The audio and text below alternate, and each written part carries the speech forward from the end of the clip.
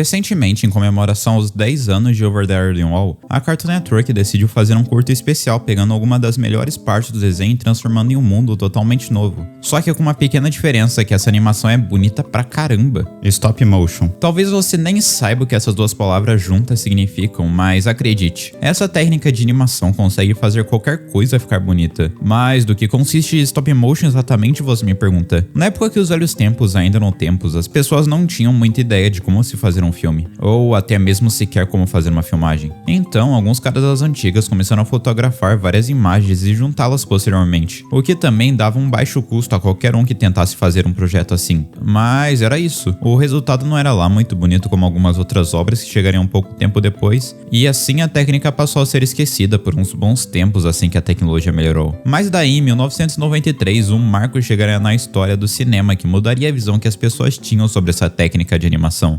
Um Estranho Mundo de Jack foi um marco total para essa indústria. É admirável que o diretor conseguiu aproveitar dos personagens de Tim Burton. Hoje em dia, há alguns softwares por aí que permitem os animadores conseguirem visualizar os frames exatos que eles tiraram a foto, mas é uma loucura pensar que na época eles tinham basicamente uma TV de tubo para assistir os últimos 2 frames, era isso. Eu sei que não parece tão difícil fazer um filme assim, fora toda a paciência que tu tem que ter para mexer nos bonecos, mas na verdade não é bem assim. Em uma animação tradicional 2D ou 3D, quando um ser humano erra na expressão de algum personagem, os animadores só precisam consertar essa cena em específico e a expressão desse personagem. Mas aqui a história é bem diferente. Vamos supor que eles esqueceram de fazer esse personagem bater palma nessa cena. Os produtores provavelmente já teriam desmontado todo o cenário, e quando alguém finalmente percebe o erro lá de muitas gravações atrás, eles teriam que montar o cenário novamente e além disso regravar toda essa cena porque eles não conseguem consertar apenas erros individuais. Isso torna momentos como a cena de abertura muito únicos, porque qualquer erro aqui faria a cena ser perdida. Dado toda a atenção que o time teve ao filme, é muito interessante pensar que eles realmente focaram em revolucionar a indústria que, além de usarem uma técnica que ninguém usava, eles se preocuparam em contar uma história obscura onde o protagonista tem um design de vilão, com todos esses detalhes triangulares e pontiagudos. Não é à toa que esse filme foi rejeitado inúmeras vezes por todo esse visual escuro e temas como a crise existencial do Jack foi algo sombrio na época. Mas sabe o que foi tão sombrio quanto, mas diferente de Estranho Mundo de Jack não foi criado por americanos e tem um humor totalmente diferente? Wallace e Gromit. Essa foi uma série de curtas,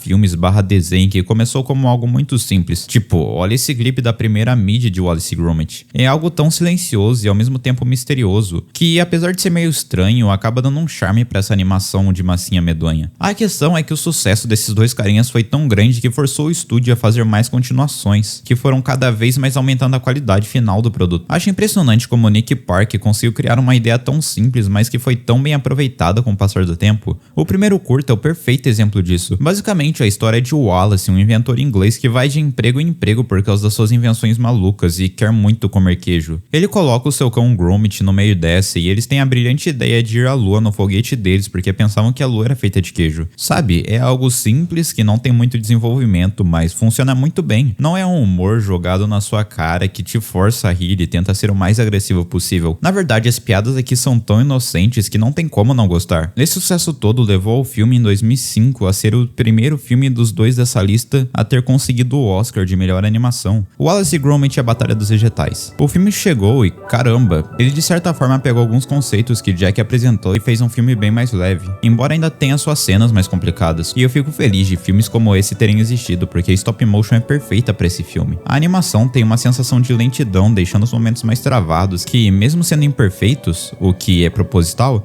isso dá uma sensação de desconforto, fora a iluminação deixando o cenário mais realista. Eu acho que essa mistura de realismo com animação deixa as coisas bem mais assustadoras aqui. No mais, temos que parabenizar o estúdio por ter inspirado tantas pessoas e mesmo com um orçamento limitado ter criado algo lindo. E bem, eu acho que eu posso parar de enrolar e falar do provável motivo de você ter clicado nesse vídeo. Coraline foi o filme que todo mundo pensa quando se fala em stop motion. Eu tenho a certeza de que esse filme marcou a infância de muitos que estão me escutando agora. Isso se dá ao fato de, junto a Estranho Mundo de Jack, ele ter passado na Cartoon algumas vezes há uns bons 10 anos atrás. Se o Wallace e Gromit não apostava tanto em terror como foco, meus amigos, pode ter certeza que Coraline vai te entregar o melhor terror pra criança que você vai ver. E eu nem sei por onde começar, talvez pela protagonista. Coraline é uma das melhores representações de uma criança que eu já vi. Ela tem tanta parte do Bob Esponja de estar sempre empolgado e consegue ver o copo meio cheio e estar sempre se divertindo e querer ver o lado bom das coisas. Mas daí tem um lado que é realmente representado em uma mídia, o lado irritante de uma criança. No filme, vemos as coisas pela visão da Coraline, mas principalmente o jeito que ela enxerga os seus pais. No início do filme, ela os vê como pessoas ruins, estressadas e que não dão atenção a ela, pensando que eles não ligam pra ela, e eu adorei ver com essa situação aqui, porque mostra que por mais que a Coraline ame muito os seus pais de certo ponto, ela ainda assim vai os ver de uma maneira ruim, porque crianças são assim. Mas daí chega um momento que ela vai no outro mundo, ela conhece os seus outros pais e começa a achar eles legais, porque eles dão atenção e não têm os mesmos problemas. Por um momento ela fica muito feliz aqui, mas as coisas vão lentamente mudando quando ela percebe as reais intenções desses caras. Ela tenta fugir e quando isso acontece, ela percebe o real valor das pessoas que ela ama. Desde o início, o filme tenta nos alertar que o outro mundo não é um bom lugar, porque por mais que você não consiga perceber diretamente, você se sente desconfortável, seja por causa da paleta de cores mais cinza que te dá uma sensação de vazio, ou toda a história por trás dos botões nos olhos. Você olha pra isso e vê que não é algo bom. Os botões representam o que tampa as pessoas de verem o mundo como ele realmente é, estando preso em uma realidade, te evitando de enxergar as coisas que você via antes, como se fosse uma representação da perda de identidade. Fora todos esses bonecos assombrados aqui. Eu acho que aqui temos mais temas obscuros que o Estranho Mundo de Jack. A diferença é que lá as coisas são mais jogadas na sua cara. Caramba, manipulação infantil é algo que quase nunca vamos ver de novo. O filme te ensina que algo que pode parecer perfeito, na verdade é uma armadilha. De início, a Coraline entra nesse mundo por conta da sua solidão. Ela só não tem a maturidade para ver a realidade dos seus pais. Mas com o tempo, a Coraline aprende a amadurecer e muda como pessoa. É sério, assistam Coraline. Eu tô escolhendo propositalmente não dar spoilers grandiosos dos filmes que eu tô falando aqui, porque eu acho esses filmes incríveis e eu acho que vocês merecem dar uma chance. Assim como você deve se inscrever no canal, dar like e comentar nesse vídeo o que você está achando dos filmes que eu comentei anteriormente. Eu realmente gosto muito deles. Sobre o stop motion aqui, temos que apreciar os incríveis 28 bonecos diferentes da Coraline feitos para o filme acontecer, fora toda a iluminação que fica perfeita aqui. E, sinceramente, eu acho que ela foi a melhor animação de um stop motion.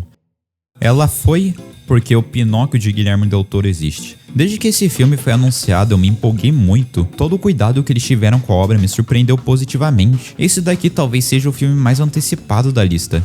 Del Toro tinha toda a ideia desse filme há muito tempo, mas ele batia em uma tecla que fazia com que nenhuma empresa aceitasse o seu projeto. Apesar de gostarem da ideia, fazer um stop motion era financeiramente inviável para muitas empresas que ele conversava. Ironicamente, o que no passado era algo barato, encareceu com a ascensão da animação 3D, com as diferentes técnicas de iluminação e design de cada filme. E Del Toro não queria fazer algo mais barato, ele queria algo lindo. Mas ao invés de uma história bonitinha, fofa que temos na Disney de um menino que aprenderia a ser um garoto de verdade, aqui a história é bem mais sombria. Ele tem um conceito de moral bem diferente. O Pinóquio é um símbolo de desobediência e resistência. O próprio filme, para a mensagem funcionar, tem que mostrar toda essa imperfeição dele, para o personagem aprender alguma coisa no final. A estética aqui é outra coisa também. Eu não posso falar o porquê dela ser tão sombria, até porque tem um YouTube me olhando por aí, mas digamos que ele se passa na Itália em 1930, quem pegou, pegou. A questão é que esse filme passa uma visão bem mais política, que acaba trazendo situações bem mais sérias. Ao invés de uma ilha toda colorida e marcante, temos literalmente um cenário de guerra aqui,